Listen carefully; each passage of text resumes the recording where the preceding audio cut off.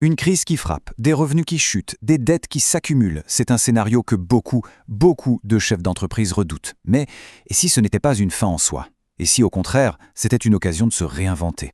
Aujourd'hui, on va justement explorer ça. Comment la restructuration de dette peut transformer une crise en un tout nouveau départ? Alors, pour bien comprendre l'enjeu, il faut se représenter ce chiffre, 70 000. C'est le nombre d'entreprises qui, en France, ont dû mettre la clé sous la porte en 2025. C'est énorme, un chiffre record qui a vraiment créé une onde de choc et qui a mis en lumière une fragilité économique assez généralisée. En fait, on parle d'un niveau de détresse qu'on n'avait pas vu depuis 30 ans. Et le pire, c'est que les prévisions pour 2026, elles ne montrent pas d'amélioration. La pression ne va pas retomber. Donc pour les entreprises qui tiennent le coup, la question, ce n'est plus de savoir si elles vont être touchées, mais bien comment elles vont réussir à naviguer dans ce contexte.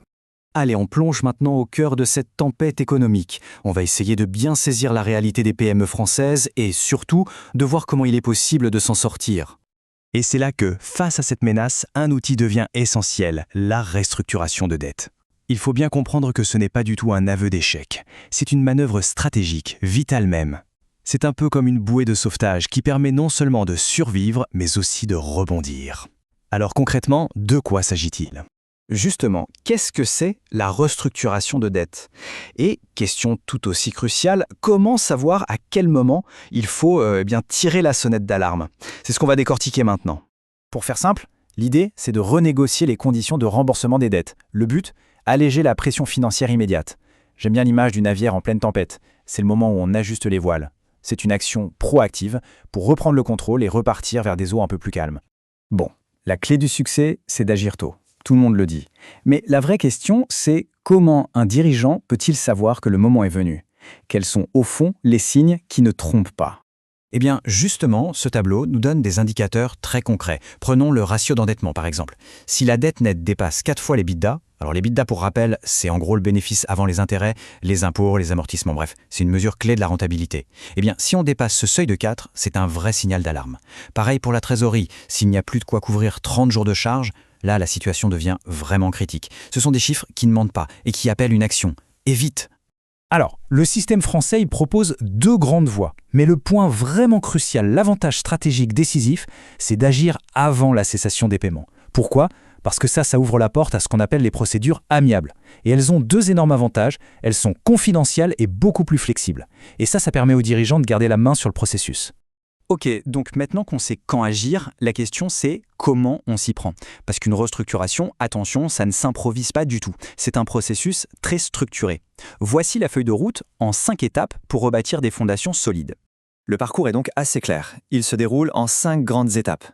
Et tout, absolument tout, commence par un diagnostic honnête, sans concession, de la santé de l'entreprise. C'est vraiment la fondation sur laquelle tout le reste va être construit. Ce qui est fascinant ici, c'est que ça montre bien qu'il n'y a pas de solution miracle, pas de copier-coller.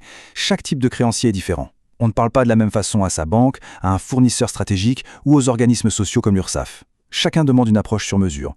La négociation, c'est vraiment un art qui exige beaucoup de finesse et d'adaptabilité. Bon, naviguer dans ce qui ressemble quand même à un labyrinthe financier et juridique, ça demande des compétences très pointues. Et soyons clairs, les équipes internes, même si elles sont excellentes au quotidien, ne sont souvent pas préparées pour gérer une crise de cette magnitude. Et c'est précisément là que les managers de transition entrent en jeu. Il faut vraiment les voir comme des pilotes de ligne ultra expérimentés qui prennent les commandes de l'avion en pleine zone de turbulence. Ils apportent leur expertise technique bien sûr, mais aussi quelque chose d'essentiel, une objectivité et une crédibilité qui sont cruciales pour rassurer tout le monde, et en particulier les créanciers.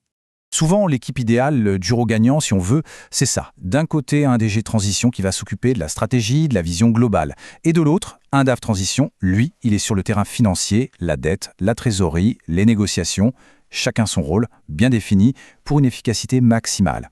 Alors, au bout du compte, qu'est-ce qui fait la différence? Quels sont les éléments qui séparent une restructuration réussie d'un échec total? La recette du succès, elle tient en 7 ingrédients clés. Le tout premier, et c'est sans doute le plus important, la réactivité. Agir dès les tout premiers signaux. Et juste après, la transparence. Une communication honnête avec tout le monde. Parce que, dans une crise, il faut bien se le dire, la confiance, c'est la seule monnaie qui a encore de la valeur.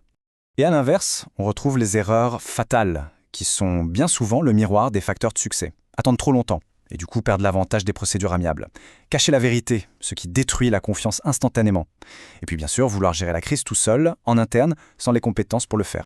Au final, s'il y a une chose à retenir, c'est vraiment celle-ci. La restructuration de dette, ce n'est pas une fatalité. Bien au contraire, c'est une opportunité stratégique, une chance de rebondir, de se réinventer. Mais attention, à une condition, qu'elle soit menée avec méthode, avec expertise et avec transparence. La vraie question au fond n'est pas de savoir si une crise va arriver, mais plutôt de savoir comment on s'y prépare pour la transformer en une réelle opportunité.